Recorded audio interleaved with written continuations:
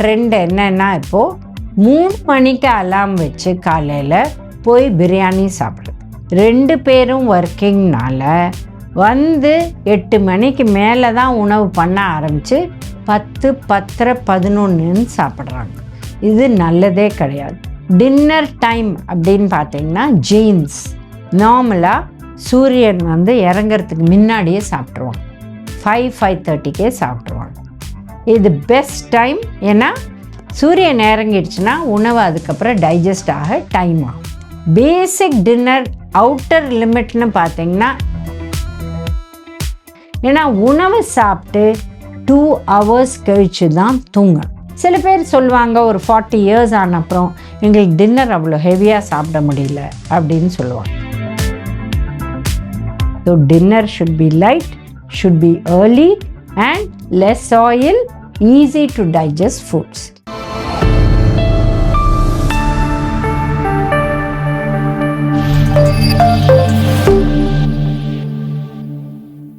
Cosmo health வியூவர்ஸ்க்கு வணக்கம். நம்ம இப்போ வந்து டின்னர் எவ்வளோ லேட்டாக சாப்பிடலாம் அதை பற்றி பேச போகிறோம். இப்போ பார்த்தீங்கன்னா டின்னர் டைம் அப்படின்னு பார்த்தீங்கன்னா ஜீன்ஸ் நார்மலாக சூரியன் வந்து இறங்கிறதுக்கு முன்னாடியே சாப்பிட்ருவாங்க. 5:30க்கே சாப்பிட்ருவாங்க. இது பெஸ்ட் டைம். ஏன்னா சூரியன் இறங்கிடுச்சுன்னா உணவு அதுக்கப்புறம் டைஜஸ்ட் ஆக டைம் ஆகும். ஸோ மெயினாக டின்னர் வந்து மற்ற 2 உணவு பிரேக்ஃபாஸ்ட் அண்ட் லஞ்சை விட லைட்டாக இருக்கணும். இந்த காலகட்டத்தில் 2 பேரும் ஒர்க்கிங்னால வந்து 8 மணிக்கு மேலே தான் உணவு பண்ண ஆரம்பித்து 10, 10:30, 11ன்னு சாப்பிட்றாங்க. இது நல்லதே கிடையாது. இதுக்கும் மேலே ஒரு ட்ரெண்ட் என்னன்னா, இப்போது 3 மணிக்கு அலாம் வச்சு காலையில் போய் பிரியாணி சாப்பிட்றது. 1 AM, 2 AM, 3 AM 3 கார்ட் வருமா பிரியாணி எடுத்துகிட்டு வந்து. இதெல்லாம் பண்ணால் ஹெல்த் போயிடும், டைஜஷன் கஷ்டம், உடம்புக்கு வந்துடும். அதனால் ஜாகிரதையாக இருங்க.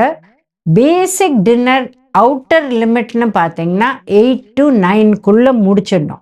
அவுட்டர் லிமிட் 9 தான். முடிஞ்சால் பிஃபோர் சன்செட், இல்லைன்னா 7, 8 இதுதான் பெட்டர் டைம். 9 கூட ரொம்ப தள்ளி போடுறது.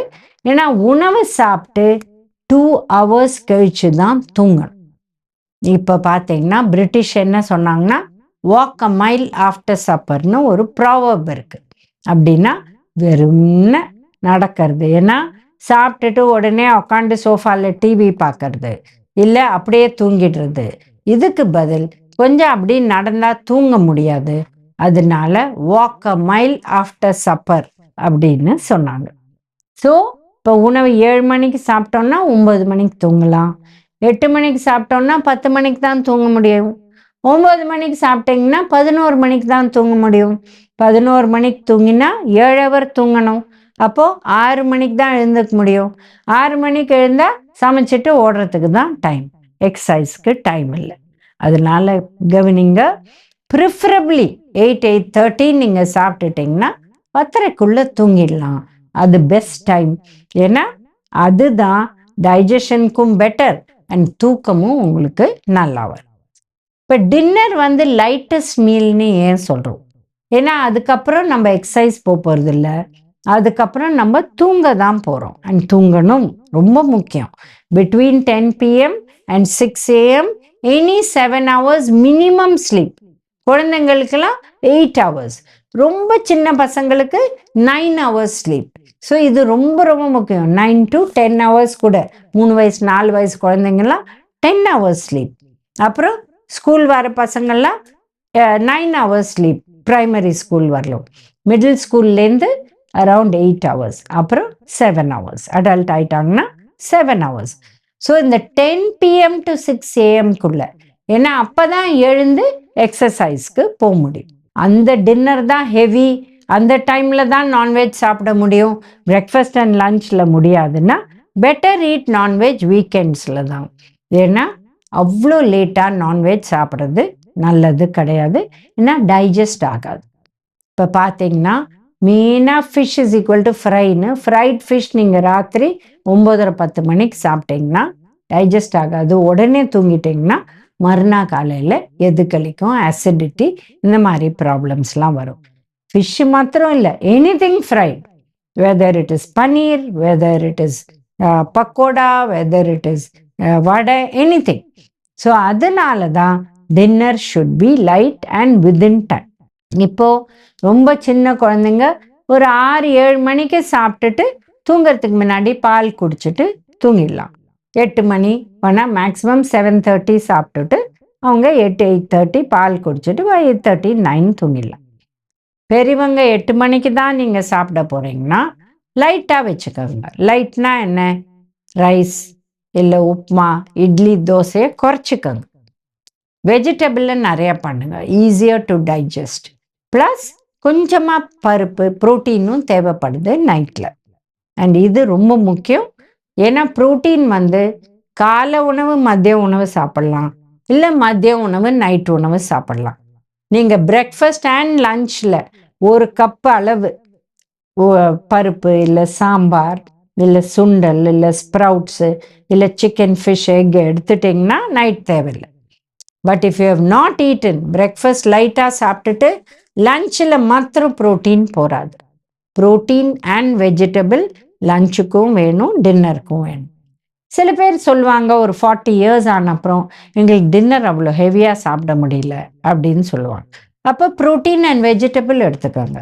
கிரெயினை விட்டுருங்க. ரைஸ் வேண்டாம், இட்லி வேண்டாம், தோசை வேண்டாம். You take vegetable and you take dal or protein. But மதியமும் பிரேக்ஃபாஸ்ட்லேயும் எடுத்தாச்சுன்னா you can take plain vegetable, சூப்பாக எடுக்கலாம், இல்லை சிம்பிளாக ஒரு கூட்டு பொரியல் அந்த மாதிரி கொஞ்சமாக தயிர் போட்டு சாப்பிட்டுடலாம். அந்த மாதிரி கூட பண்ணலாம். But non veg food better lunch time, ஏன்னா it will digest very well. But இப்போ ரீசன்ட் ட்ரெண்ட்ஸில் பார்த்தீங்கன்னா நான்வெஜ் சாப்பிட்டா இல்லை எக்கு சாப்பிட்டா வெஜிடபிள் கிடையாது. இது தப்பான கருத்து. டெஃபினட்டாக மதிய உணவு நைட் உணவில் வெஜிடபிள் வேணும், காலை உணவில் ஃப்ரூட், இல்லைன்னா 11 o'clock இல்லை 4 o'clock ஃப்ரூட் தேவைப்படுது. ஸோ இது டெஃபினட்டாக சாப்பிடணும், இல்லைன்னா உங்களுக்கு பேலன்ஸ் ஆஃப் நியூட்ரியன்ஸ் கிடைக்காது. So dinner should be light, should B early and less oil, easy to digest foods. இதெல்லாம் தான் முக்கியமான கருத்து. இப்போ 60 வயசு மேலே இருக்கிறவங்க நார்மலாக ஒரு கஞ்சி ப்ரிஃபர் பண்ணுவாங்க. ஸோ அந்த கஞ்சியில் சத்து மாவு கஞ்சியாக கொடுத்துட்டா அதில் கிரெயினும் வரும், ப்ரோட்டீன் தால்ஸும் வரும், அதில் மோர் போட்டு உப்பு போட்டு கொடுத்துட்டு அதோட ஒரு கொஞ்சம் வெஜிடபிள் கொடுத்துட்டிங்கன்னா அதுவும் சூப்பாக கூட கொடுத்துடலாம். அவங்க ஈஸியாக இருக்கும் அவங்களுக்கு.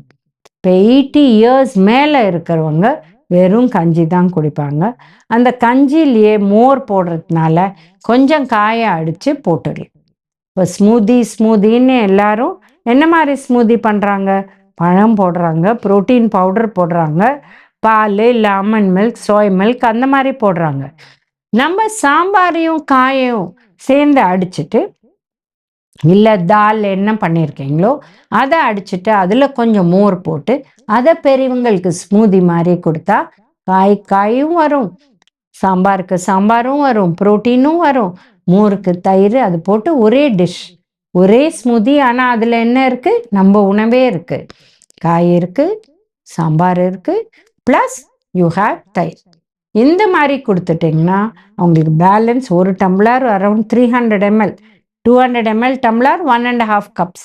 இல்லை அவங்க ஒன்று தான் வேணும்னா கொஞ்சம் பெரிய டம்ளர் வாங்கி நீங்கள் ஒன்று தான் குடிக்கிறீங்கன்னு சொல்லி குழந்தைங்கள்ட்ட சொல்கிற மாதிரி ரொம்ப பெரியவங்கள்ட்ட சொல்லி அந்த ஒரு கப்பு குடிச்சிட்டாங்கன்னா அவங்களுக்கும் நார்மலாக இருக்கும். ஏன்னா டின்னரில் டைஜஷன் ஆகாத கஷ்டப்படுறவங்க நிறையா இருக்காங்க. அதனால தூக்கம் வராது, அதனால ப்ளோட்டிங் ப்ராப்ளம்ஸ், கார்த்தால எதுக்களிக்கிறது, அசிடிட்டி, மைக்ரேன், டென்ஷன் எல்லாம் வருது டின்னரில் ஓவர் ஈட் பண்ணுறதுனால. அதனால டின்னர் ஏர்லியாகவும் சாப்பிடுங்க, லைட்டாகவும் வச்சுக்கோங்க. அதை பற்றி நம்ம இந்த வீடியோவில் பேசினோம்.